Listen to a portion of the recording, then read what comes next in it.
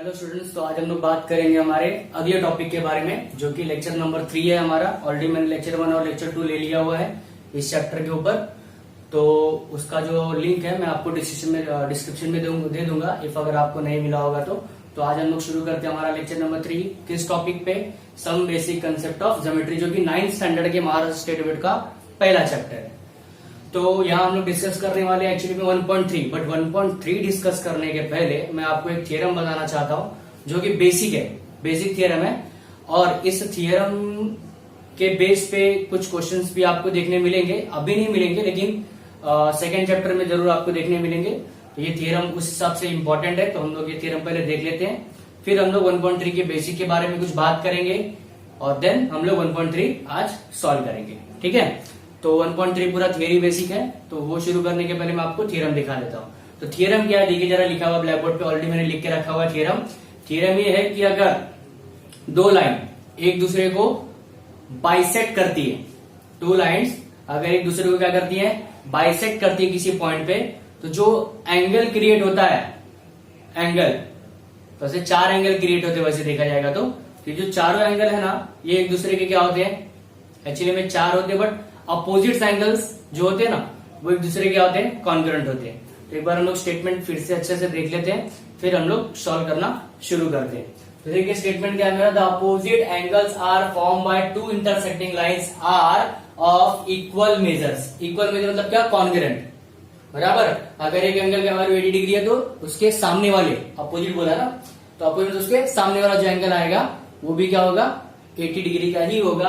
तो सबसे पहले हम लोग क्या करेंगे, मतलब डायग्राम ड्रॉ करेंगे। क्या करेंगे, डायग्राम, जैसा लिखा है उसके हिसाब से डायग्राम ड्रॉ करते हैं। लिखा है the opposite angles are form by, मतलब अपोजिट एंगल्स बनेंगे, कैसे बनेंगे, बाय टू इंटरसेक्टिंग लाइन।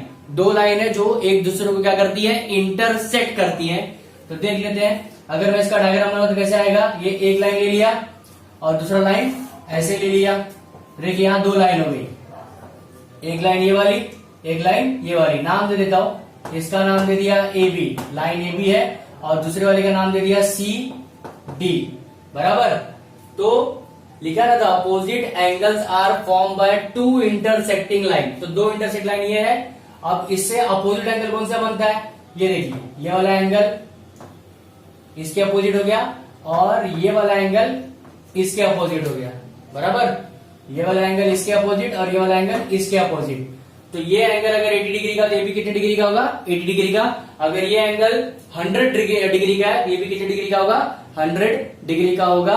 इस एंगल को हम लोग बोलते हैं वर्टिकली अपोजिट एंगल, जो कि हम लोग ने ऑलरेडी 8th स्टैंडर्ड में लर्न कर लिया हुआ है, पहले से ही पढ़ लिया हुआ है हम लोग ने 8th स्टैंडर्ड में कि वर्टिकली अपोजिट एंगल किसे बोलते हैं। तो वर्टिकली अपोजिट एंगल किसको बोलते हैं, 2 लाइन अगर इंटरसेक्ट करते हैं तो इंटरसेक्शन के बाद जो अपोजिट एंगल होते हैं उसको बोलते हैं हम लोग वर्टिकली अपोजिट एंगल, जो कि क्या होते हैं, कॉन्ग्रुएंट होते हैं। तो हम लोग यहाँ प्रूफ करने वाले हैं कि कैसे होते हैं। तो ये हमारा डायग्राम हो गया। तो सबसे पहले जब हम लोग थ्योरम सॉल्व करते हैं तो 2-3 स्टेप होते हैं, तो वो स्टेप हम लोग क्या करने वाले, यहाँ पे फॉलो करने वाले। तो सबसे पहले क्या दिया है वो लिख लेते हैं हम लोग। क्या लिखता हूं मैं, गिवन। गिवन में क्या दिया हुआ है कि 2 लाइन है ए बी और लाइन सी डी इंटरसेक्ट हो रही है, लेकिन कहाँ इंटरसेक्ट लिखना पड़ेगा। तो मैं मान लेता हूं ये वाला जो पॉइंट है मेरा क्या है, ओ है। क्या है, ओ। इस पॉइंट का नाम क्या है, ओ। तो मैं लिखता हूं line A B and line C D intersect क्या हो रही है, इंटरसेक्ट एट पॉइंट ओ। देखिए ए बी और सी डी है जो इंटरसेक्ट हो रही है, कहां पे, पॉइंट ओ पर। ठीक है, ये मेरा क्या हो गया, गिवन। अब मुझे प्रूफ क्या करना है, प्रूफ क्या प्रूफ करना है मुझे, प्रूफ क्या करना है कि लाइन्स आर इक्वल मेजर, मतलब जो अपोजिट एंगल है वो क्या होने चाहिए, इक्वल मेजर के होने चाहिए। मतलब अपोजिट एंगल कौन कौन से लिख लीजिए पहले, एंगल ए ओ डी, ये किसके अपोजिट आ रहा है, ए ओ डी किसके अपोजिट है, यहाँ ना, इसका अपोजिट कौन है, ये वाला। तो इसका नाम क्या आएगा, बी ओ सी। क्या आएगा, बी ओ सी लिखो, चाहे सी ओ बी लिखो। तो मैं बी ओ सी लिखता हूं। और दूसरा एंगल कौन सा है, ये वाला ए ओ सी वाला। तो ए ओ सी कॉन्ग्रुएंट टू, देखिए ये किसके अपोजिट है, इसके। क्या मिलता हूं, BOD, BOD। ये मेरा प्रूफ करना है बराबर। अब यहां से मैं क्या शुरू करता हूं, टू प्रूफ। ठीक है, अब यहां से मुझे क्या करना है, प्रूफ शुरू करता हूं मैं। तो प्रूफ कैसे होगा, जो गिवन है वहीं से होता है हमेशा प्रूफ। तो गिवन क्या है मेरा, दो लाइन है AB और CD जो इंटरसेक्ट हो रही पॉइंट O पर। तो जरा ध्यान से देखो, अगर मैं लाइन AB कंसीडर करता हूं, क्या कंसीडर करता हूं, बस लाइन AB, तो ये अगर मैं हटा देता हूं तो देखिए कौन सा एंगल बन रहा है, एक ही वाला एंगल और एक ही वाला एंगल बन रहा है कि नहीं। तो दोनों एंगल का हम लोग नाम लिख लेते हैं, क्या लिख लेते हैं, पॉइंट नंबर वन क्या लिखता हूं, पॉइंट नंबर 1 की angle AOD plus angle BOD is equal to कितना डिग्री, 180। ऐसा क्यों 180 डिग्री क्यों आया, क्योंकि ये एक ही लाइन पे बन रहा है, दिख रहा है, लाइन AB दिख रही है। इस लाइन AB पे मैं कितने भी एंगल बनाऊंगा, अगर मान लो मैं 1000 एंगल पे अगर बना दूं तो भी सबका प्लस कितना आएगा, 180 डिग्री। कितना आएगा, 180 डिग्री। यहाँ दो ही एंगल बन रहा है, एक एंगल बन रहा है AOD और दूसरा बन रहा है BOD।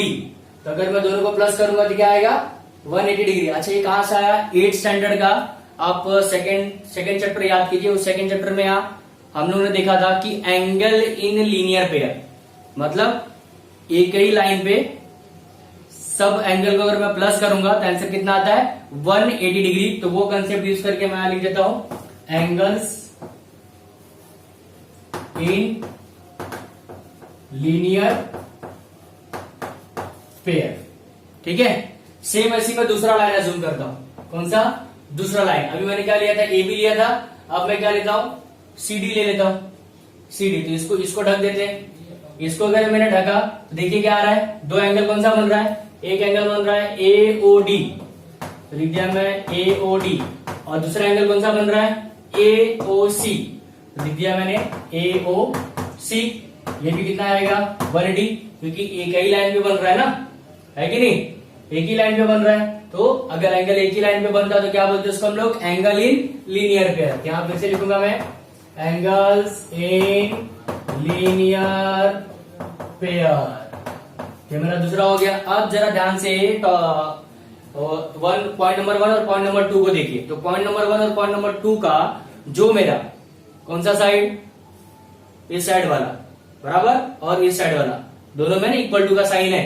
देखिए, अगर इस साइड कितना है 180 और इधर भी साइड कितना है 180, मतलब दोनों इक्वल है ना 180 क्या है, इक्वल है। तो जब ये साइड इक्वल है तो ये साइड भी क्या होगा, इक्वल होगा। अगर पॉइंट नंबर 1 और पॉइंट नंबर 2 में ध्यान से देखो तो पॉइंट नंबर 1 का ये 180 डिग्री और पॉइंट नंबर 2 का ये भी कितना है, 180 डिग्री है। तो अगर ये दोनों इक्वल है, तो ये दोनों भी क्या होगा, इक्वल होगा। तो वही मैं पॉइंट नंबर 3 लिखता हूं। पॉइंट नंबर 3 लिख दिया मैं, AOD, यही लिख रहा हूं मैं, AOD BOD इक्वल टू किसका आ जाएगा, AOD प्लस AOC। कहां से लिखा मैंने, फ्रॉम 1 and 2, 1 और 2 से लिखा ना मैंने। इस साइड का अगर इक्वल है 180 तो इस साइड का भी जो स्टेटमेंट मैंने लिखा है वो भी क्या होगा, इक्वल। अभी जरा ध्यान से देखिए, दोनों साइड AOD और AOD सेम है तो कैंसिल हो जाएगा। तो पॉइंट नंबर 4 क्या बचा, BOD इक्वल टू AOC। कहां से लिखा मैंने, फ्रॉम 3। तो 5th क्या आ जाएगा, इसको मैं सीधा कर देता हूं, AOC is congruent to BOD। ये कहां से लिखा मैंने, फ्रॉम 4। तो देखिए AOC और BOD आ गया प्रूफ। सेम ऐसे ये भी प्रूफ करते हैं। तो लिखेंगे similarly we can prove that. क्या प्रूव कर सकते हैं हम लोग, यही सीधा लिख दीजिए, वापस से प्रूफ करने की कोई जरूरत नहीं है। तो AOD is congruent to BOC। ठीक है, तो ये हमारा थियरम है बराबर, 9th स्टैंडर्ड का सबसे पहला थियरम है। तो अगर आपको नहीं समझ में आ रहा, फिर से वीडियो रिवाइंड कीजिए, फिर से देखिए। अगर फिर भी नहीं आ रहा तो मुझे कमेंट बॉक्स में लिख के बताइए कि क्या समझ में नहीं आ रहा है, मैं उसको एक्सप्लेन करने की पूरी कोशिश करूंगा। अब हम लोग चलते हैं 1.3 पे। ठीक है, तो चलिए आगे बढ़ते हैं हम लोग 1.3 पे। तो 1.3 शुरू करने के पहले मैंने बताया था कुछ बेसिक बताऊंगा, तो ज्यादा नहीं, थोड़ा सा बेसिक है। 1.3 जो बेस है वो बेस है कंडीशनल स्टेटमेंट पे। किस पे? Conditional statement. तो कंडीशनल स्टेटमेंट क्या होता है? ऐसा स्टेटमेंट जिसके अंदर कंडीशन दिखाई देती हो। कंडीशन मतलब क्या? जैसे हम लोग अपनी डे टू डे लाइफ में यूज करते कि अगर तू ये करेगा तो ऐसा होगा, अगर तू वो करेगा तो ऐसा होगा। फॉर एग्जाम्पल हम लोगों को हमेशा हमारे पेरेंट्स बोलते कि अगर पढ़ाई करेगा तो तुझे अच्छे मार्क्स मिलेंगे। कंडीशन है ना, अगर मैं पढ़ाई करूंगा तो ही मुझे अच्छे मार्क्स मिलेंगे, अदरवाइज नहीं मिलेंगे। तो कंडीशन है, तो ऐसे स्टेटमेंट को हम लोग क्या बोलते हैं? Conditional statement. तो इंग्लिश में इस कंडीशन को दिखाने के लिए हम लोग यूज करते हैं इफ देन। याद आया? हम लोग ऑलरेडी इफ और देन का ग्रामर पढ़ते ही थे इंग्लिश में, तो वही है यहाँ पे यूज करना हम लोगों को इफ देन। तो ऐसा स्टेटमेंट जिसके अंदर इफ और देन आता है, ऐसे स्टेटमेंट को हम लोग क्या बोलते हैं? Conditional statement. ठीक है, तो अभी हम लोग यहाँ पे शुरू करते हैं। हाँ, और एक बात, कंडीशनल स्टेटमेंट में दो पार्ट होते हैं हमेशा। कितने पार्ट होते हैं? दो। एक इफ के बाद शुरू होता है और एक देन के बाद शुरू होता है। तो जो इफ के बाद शुरू होता है उसको बोलते हैं हम लोग एंटीसीडेंट। क्या बोलते हैं? एंटीसीडेंट। जो इफ के बाद आता है उसको बोलते हैं हम लोग एंटीसीडेंट, और जो देन के बाद आता है उसको बोलते हैं हम लोग कॉन्सिक्वेंट। क्या बोलते हैं? कॉन्सिक्वेंट। तो जो इफ के बाद आता है उसको बोलते हैं हम लोग एंटीसीडेंट, और जो देन के बाद आता है उसको हम बोलते हैं कॉन्सिक्वेंट। बराबर। अभी जैसे कि मैं आपको यहाँ लिख के तो रखा है मैंने, सीधा ब्लैक बोर्ड पे पूरा लिख दिया मैंने, एक साथ एक्सप्लेन करूंगा।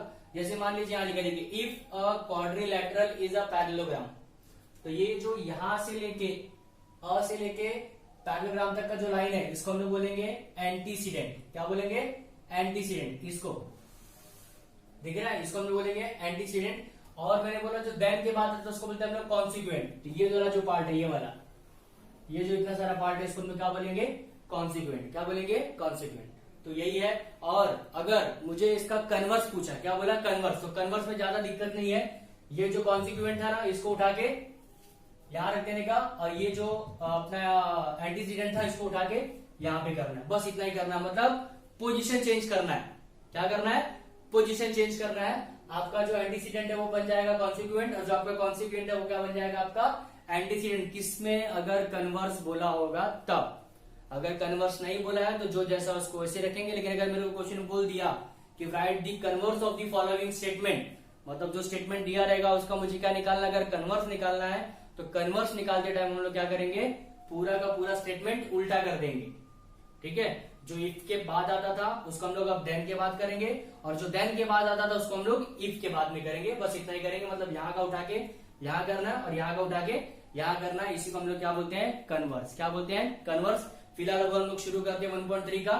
जो हमारा पहला क्वेश्चन दिया हुआ कि क्या दिया हुआ है कि write the following statement in if then form, मतलब कंडीशनल फॉर्म में लिखना है। एग्जाम में इफ और देन की जगह पे यूज कर लेगा कंडीशनल फॉर्म। तो समझ जाना इफ और देन की ही बात हो रही है, कोई और दूसरा कंडीशन नहीं है। तो यहाँ पहला क्वेश्चन दिया, opposite angles of parallelogram are congruent. पता है कि जो कॉन्ग्रुएंट होता है, सॉरी, जो हमारा पैरेललोग्राम होता है उसका जो अपोजिट एंगल होता है, पैरेललोग्राम कैसा होता है? देखिए पैरेललोग्राम मैं यहां बना रहा हूं, ये आपका क्या हो गया? पैरेललोग्राम, जिसका ये वाला साइड और ये इसके इक्वल होता है।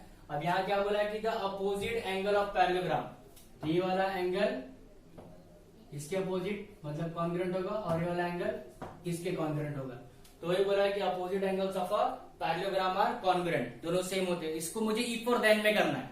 इफ और देन में करना है तो सबसे पहले मेरे को पता है कौन सा डायग्राम है। सबसे पहले आप बोलोगे सर पैरेललोग्राम, अभी आपने बोला पैरेललोग्राम से भी पहले क्या आता है? क्वाड्रिलेटरल। क्या आता है? क्वाड्रिलेटरल। तो ये डायग्राम कौन सा? सबसे पहले क्वाड्रिलेटरल, बाद में ये पैरेललोग्राम है। सबसे पहले क्या है? ये क्वाड्रिलेटरल। तो अगर मैंने बोल दिया कि कोई क्वाड्रिलेटरल अगर मेरा क्या होगा? पैरेललोग्राम होगा, कोई क्वाड्रिलेटरल अगर मेरा पैरेललोग्राम होगा तो वो पैरेललोग्राम का जितना भी एंगल अपोजिट एंगल है क्या हो जाएगा? कॉन्ग्रुएंट। बराबर। इफ और देन में बोल रहा हूं, कंडीशन बना रहा हूं। आप दूसरा भी कंडीशन बना सकते हो बट वैलिड होना चाहिए। ऐसा अपने मन से कोई भी नहीं बनाना है, मतलब जो इसको प्रॉपरली फिट बैठे। तो यहाँ क्वेश्चन क्या दिया था कि जो पैरेललोग्राम होता है, पैरेललोग्राम जिसको हम लोग हिंदी में बोलते हैं समांतर चतुर्भुज, बराबर।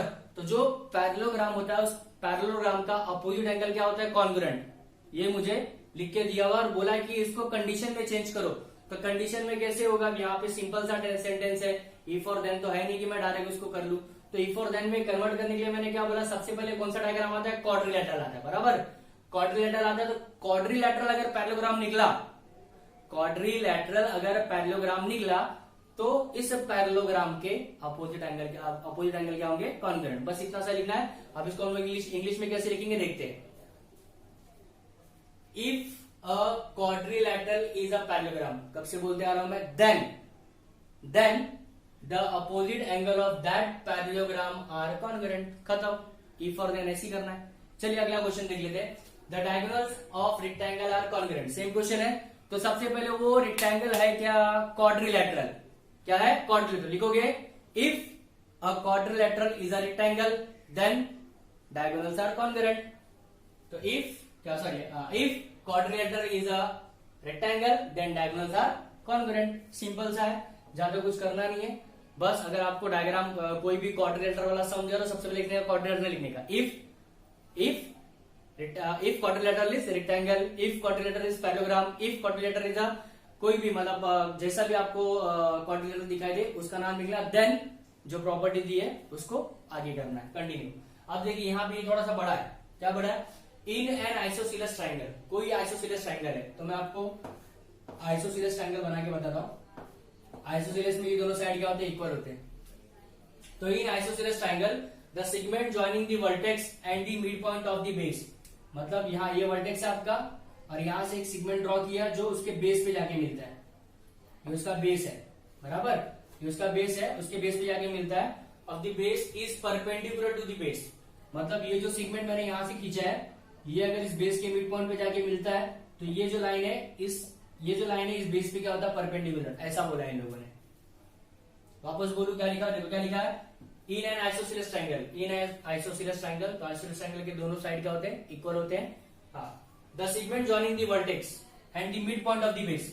तो ये वर्टेक्स हो गया और ये मिड पॉइंट हो गया बेस का।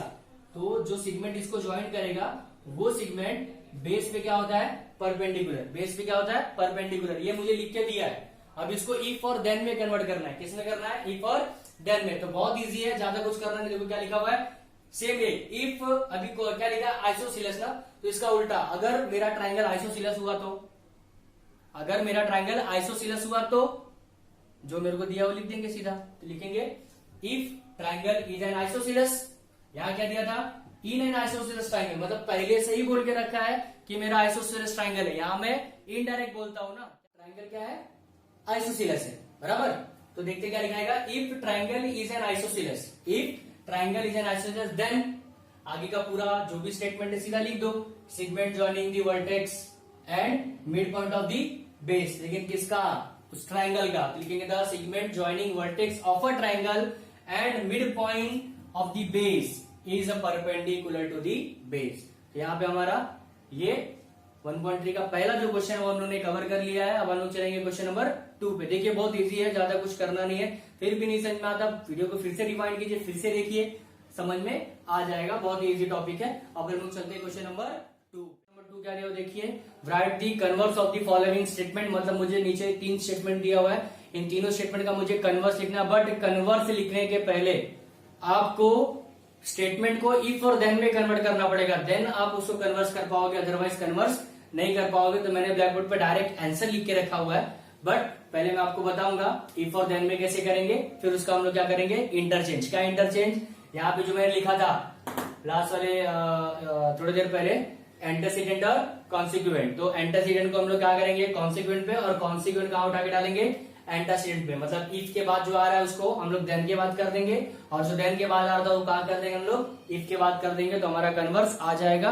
देखते हैं क्वेश्चन नंबर 1। लिखा है the alternate angle form by 2 parallel lines and their transversal are congruent.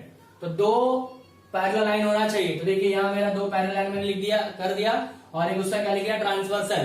तो ट्रांसवर्सल करने के बाद जो अल्टरनेट एंगल बनेगा, ये मेरा अल्टरनेट एंगल जेड के टाइप का होता है। तो जो अल्टरनेट एंगल बन रहा है ये और ये दोनों क्या होंगे, कॉन्ग्रुएंट। और इस साइड भी एक एंगल बनता है जेड के आकार का, तो ये वाला एंगल, ये वाला एंगल की क्या आ जाएगा, कॉन्ग्रुएंट हो जाएगा। तो इसी को मेरे को पहले इफ और देन में करना। तो इफ में क्या आएगा, सबसे पहले सिंपल स्टेटमेंट क्या होगा कि इफ मेरा लाइन अगर पैरेलल है तो जो एंगल है बनेगा वो क्या हो जाएगा, कॉन्ग्रुएंट हो जाएगा। तो उसको हम लोग इंग्लिश में कैसे कैसे बताएंगे, एक नॉर्मली हम लोग हिंदी में फ्रेम कर लेते हैं सबसे पहले।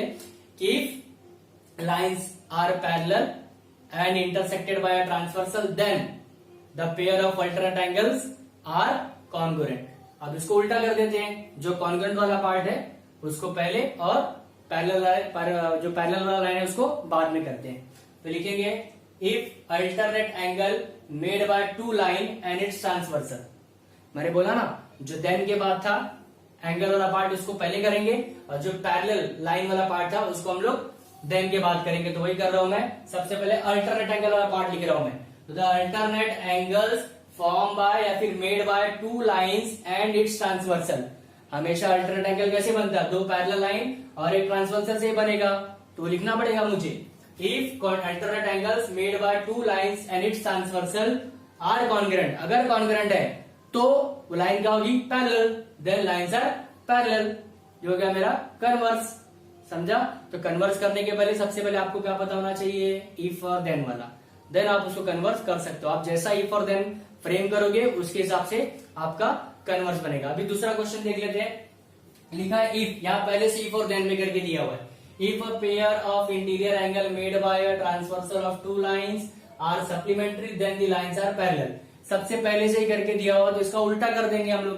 क्या उल्टा करेंगे, द लाइन्स आर पैरेलल वाला कंसेप्ट पहले आएगा, और ये जो पेयर ऑफ इंटीरियर एंगल वो कहां चला जाएगा, देन के बाद चला जाएगा। यहाँ पे मुझे इफ और देन में करने की जरूरत नहीं है, मुझे पहले से इफ और देन करके दिया हुआ है। तो देख लेते हैं ना क्या आएगा। मैंने बोला जो पैरेलल वाला कंसेप्ट है कहां जाएगा, आगे। इफ टू पैरेलल लाइन्स बराबर, अब पैरेलल लाइन है और एंगल भी बनाना है सप्लीमेंट्री। तो सप्लीमेंट्री एंगल कैसे बनता है, सप्लीमेंट्री एंगल कैसे बनता है, ये वाला एंगल इसके बराबर, मतलब दो पैरेलल लाइन होना चाहिए और एक उसका ट्रांसवर्सल होना चाहिए, तो ही सप्लीमेंट्री एंगल बनेगा। तो सप्लीमेंट्री एंगल का देख लेते हैं कैसे आएगा। If two parallel lines are intersected by, two parallel lines are intersected by a transversal, then, अगर ऐसा हुआ तो then pair of interior angles are supplementary. खत्म। इफ और देन था पहले से ही, मैंने उसको कन्वर्स कर दिया। कन्वर्स मतलब क्या, जो देन वाला, देन के बाद वाला पार्ट था, देन के बाद वाला पार्ट क्या था, देखिए कहां से था देन के बाद वाला पार्ट, यहां से। द लाइन्स आर पैरेलल, तो लाइन अगर पैरेलल है तो इंटरसेक्ट भी होगा ना किसी ट्रांसवर्सल से, तो वही लिखा मैंने। If two parallel lines are intersected by transversal then pair of interior angles made by, जो मैंने पहले लिख दिया था उधर से, आर सप्लीमेंट्री। खत्म। अब देखते हैं थर्ड वाला, the diagonals of rectangles are congruent. The diagonals of rectangles are congruent. तो ऐसा क्वेश्चन मैंने क्वेश्चन नंबर 1 में डिस्कस किया था, उसको इफ और देन में कन्वर्ट करने के लिए। मैंने बोला जब भी आपको डायगोनल रेक्टेंगल की बात आए, बराबर, रेक्टेंगल की बात आए या फिर पैरेललोग्राम की बात आए, मतलब ऐसा कोई डायग्राम जिसके चार साइड होते हैं जिसको हम लोग क्वाड्रिलेटरल बोलते हैं, तो सबसे पहले अज्यूम कर लो कि वो क्वाड्रिलेटरल ही है। तो अगर मैं इसका इफ और देन में कन्वर्ट करूंगा तो क्या आएगा इफ और देन में, कि अगर मेरा कोई क्वाड्रिलेटरल रेक्टेंगल है, अगर मेरा कोई क्वाड्रिलेटरल रेक्टेंगल है तो क्या होगा, उसका डायगोनल क्या होगा, कॉन्ग्रुएंट होगा। अब इसको उल्टा कर दो, डायगोनल कॉन्ग्रुएंट पहले लिख दो और जो मेरा क्वाड्रिलेटरल रेक्टेंगल है उसको बाद में लिख देते। तो सबसे पहले डायगोनल कॉन्ग्रुएंट है कि नहीं है वो वाला करते हैं, कन्वर्स कर रहे हैं ना हम लोग। तो पहले इफ और देन में कन्वर्ट हो गया हमारा। इफ और देन के हिसाब से सबसे पहले क्या आएगा मेरा, कि अगर मेरा कोई क्वाड्रिलेटरल रेक्टेंगल है, ये इफ के बाद वाला है। अब देन के बाद क्या वाला आएगा, डायगोनल्स आर कॉन्ग्रुएंट, बराबर। तो डायगोनल्स आर कॉन्ग्रुएंट पहले लिखेंगे, डायगोनल्स आर कॉन्ग्रुएंट हम लोग पहले लिखेंगे, और जो रेक्टेंगल वाला पार्ट है उसको कहां लिखेंगे, बाद में। तो वही लिख रहा हूं मैं, the diagonals of quadrilateral is congruent. अब मैंने बोला डायगोनल्स आर कॉन्ग्रुएंट, लेकिन किसके डायगोनल्स, क्वाड्रिलेटरल के diagonals, then quadrilateral is rectangle. ठीक है, तो यहाँ पे हमारा ये 1.3 भी खत्म हुआ। इसी के साथ फर्स्ट चैप्टर भी हमारा यहाँ पे एंड होता है। अब हम लोग आगे की वीडियो में देखते हैं चैप्टर नंबर 2। ठीक है, अगर आपको वीडियो पसंद आ रही है तो उसको अपने दोस्तों में शेयर कीजिए, लाइक कीजिए, सब्सक्राइब कीजिए, बेल आइकन को भी दबाइए, और कुछ कमेंट भी कीजिए अगर आपको वीडियो पसंद आ रही है, नहीं आ रही तो भी कमेंट कीजिए, बताइए क्या प्रॉब्लम है ताकि मैं उसको नेक्स्ट लेक्चर में करेक्ट करूं। ठीक है फ्रेंड्स, अब हम लोग चलते हैं, मिलते हैं अगले वीडियो में।